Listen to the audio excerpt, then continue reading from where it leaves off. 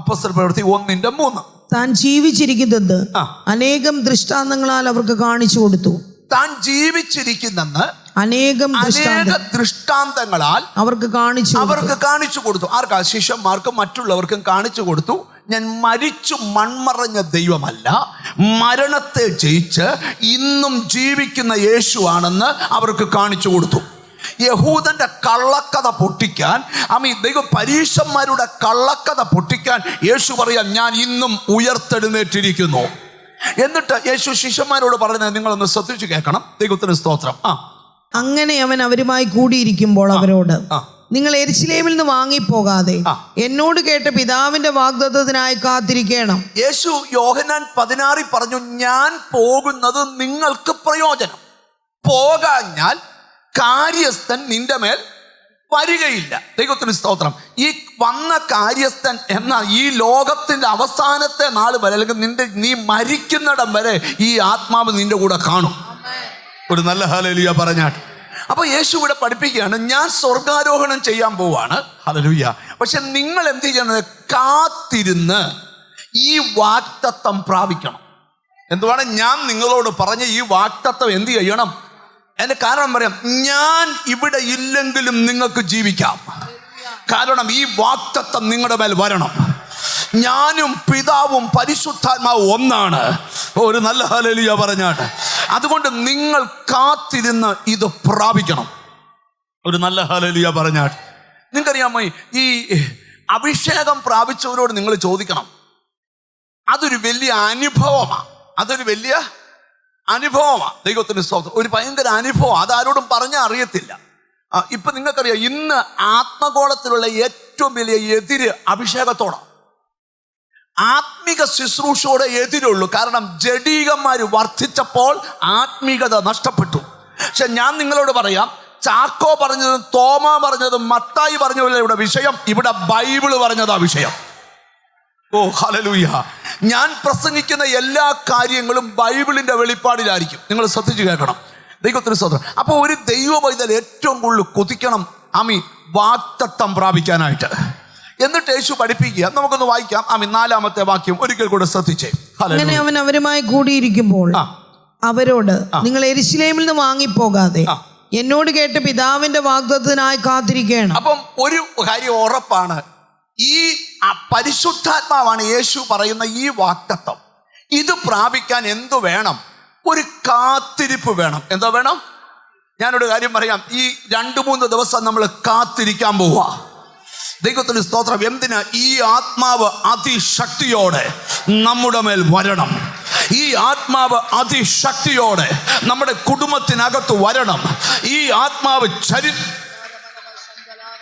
ഓ hallelujah, hallelujah. തിരിച്ചറിവുള്ളവർക്കായി ദൈവത്തിന് സ്തോത്രം ചെയ്യുക. നമുക്ക് ഇച്ചിരുടെ ഗഹനമായിട്ട് പോകാം. എന്നിട്ട് അടുത്ത വാക്യം കൂടെ വായിച്ചേ. 5-ാമത്തെ വാക്യം വായിച്ചു. യോഹന്നാൻ വെള്ളം കൊണ്ട് സ്നാനം കഴിപ്പിച്ചു. എന്നിട്ട് യേശു പറയാ, യോഹന്നാൻ നിങ്ങളെ വെള്ളം കൊണ്ട് സ്നാനം കഴിപ്പിച്ചു. നിങ്ങൾക്കോ ഇനി ഏറെ നാൾ കഴിയും മുമ്പ് പരിശുദ്ധാത്മാവ് കൊണ്ട് സ്നാനം ലഭിച്ചു. യേശു പറയാ, അല്പ ദിവസത്തിനകത്തൊരു കാര്യം നടക്കും. നിങ്ങൾക്ക് വെള്ളത്തിന്റെ സ്നാനമല്ല, പരിശുദ്ധാത്മാവിന്റെ സ്നാനം ലഭിക്കും. ഒരു നല്ല ഹല്ലേലൂയ പറഞ്ഞാട്ട്. വെള്ളത്തിൽ സ്നാനപ്പെട്ടവരോട് ഞാൻ പറയാം, കാത്തിരുന്നു, നിനക്ക് പരിശുദ്ധാത്മ സ്നാനമുണ്ട്. ഓ ഹല്ലേലൂയ. എന്നിട്ട് നിങ്ങളൊന്ന് ശ്രദ്ധിച്ചേ. വാക്യം 8. എന്നാൽ പരിശുദ്ധാത്മാവ് നിങ്ങളുടെ മേൽ വരുമ്പോൾ, യേശു പഠിപ്പിക്കുക, പരിശുദ്ധാത്മാവ് നിങ്ങളുടെ മേൽ വരുമ്പോൾ നിങ്ങൾ ശക്തി ലഭിച്ചു. നിങ്ങൾക്ക് എന്ത് ലഭിക്കും? നിങ്ങളുടേതല്ലാത്ത ഒരു ശക്തി. നിങ്ങൾക്കറിയാം, പൈശാചിക ശക്തികൾക്ക് അഭിഷേകത്തിന്റെ നിറവുള്ള ദൈവമക്കളെ തൊടാൻ പറ്റാത്തത് എന്നാന്ന് ചോദിച്ചാൽ, അവൻ അടുക്കാൻ വയ്യാത്തൊരു ശക്തി. ഓ hallelujah, hallelujah, hallelujah, hallelujah, hallelujah. Thank you Holy Spirit. ഇതെത്ര ദൈവമക്കൾ മനസ്സിലാക്കുന്നെന്ന് എനിക്കറിയത്തില്ല. ദൈവത്തിന് സ്തോത്രം. അപ്പൊ പരിശുദ്ധാത്മാവ് നിന്റെ മേൽ വരുമ്പോൾ നിനക്ക് എന്ത് ലഭിക്കും? ശക്തി ലഭിക്കും. അടുത്തിരിക്കുന്ന ആളെ തൊട്ടേച്ച് പറ, പരിശുദ്ധാത്മാവ് വരുമ്പം ശക്തി ലഭിക്കും. ഓ ഹല്ലേലൂയ. അതിനർത്ഥം എന്തുവാ? മറ്റെല്ലാ ശക്തികളും നിന്റെ വീട്ടിൽ നിന്ന് മാറിപ്പോകും. മറ്റെല്ലാ ശക്തികളും നിന്റെ കുടുംബത്തിൽ നിന്ന് മാറിപ്പോകും. നിന്റെ കുടുംബത്തെ തകർക്കുന്ന എല്ലാ ശക്തികളും ഓ ഹല്ലേലൂയ, ഹല്ലേലൂയ, ഹല്ലേലൂയ, ഹല്ലേലൂയ.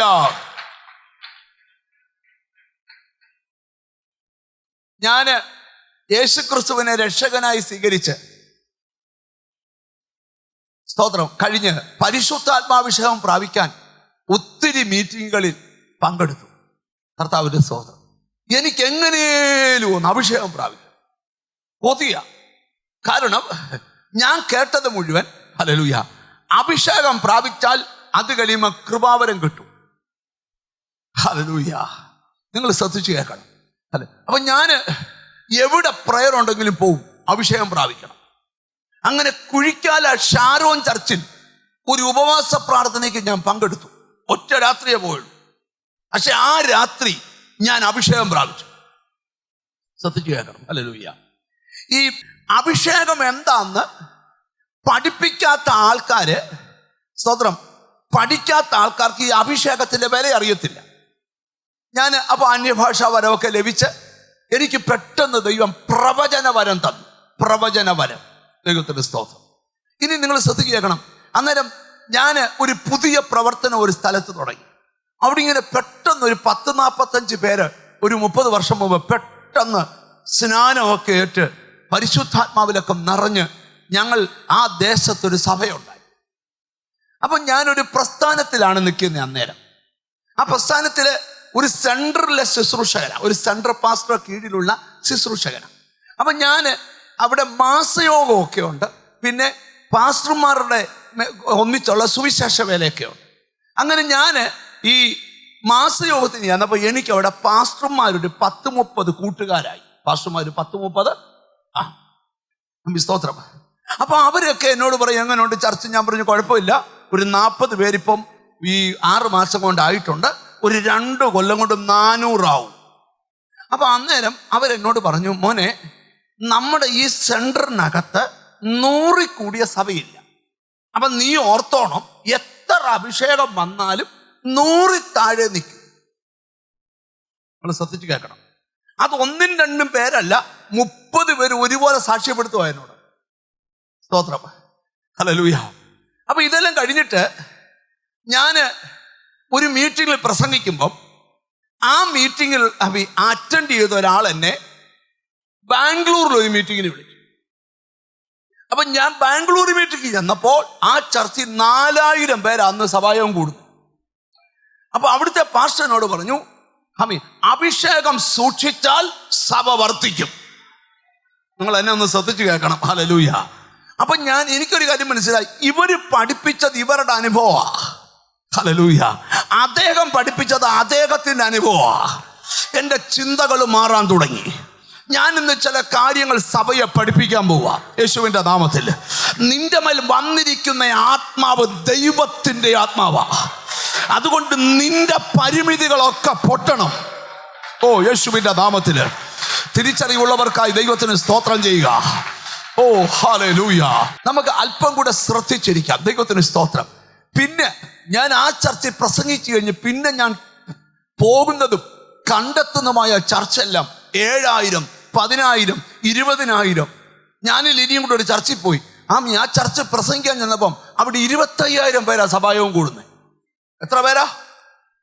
അത് ഒരു മലയാളി പാസ്റ്റർ. സ്ഥലപ്പേരെന്ത് വരുന്നു?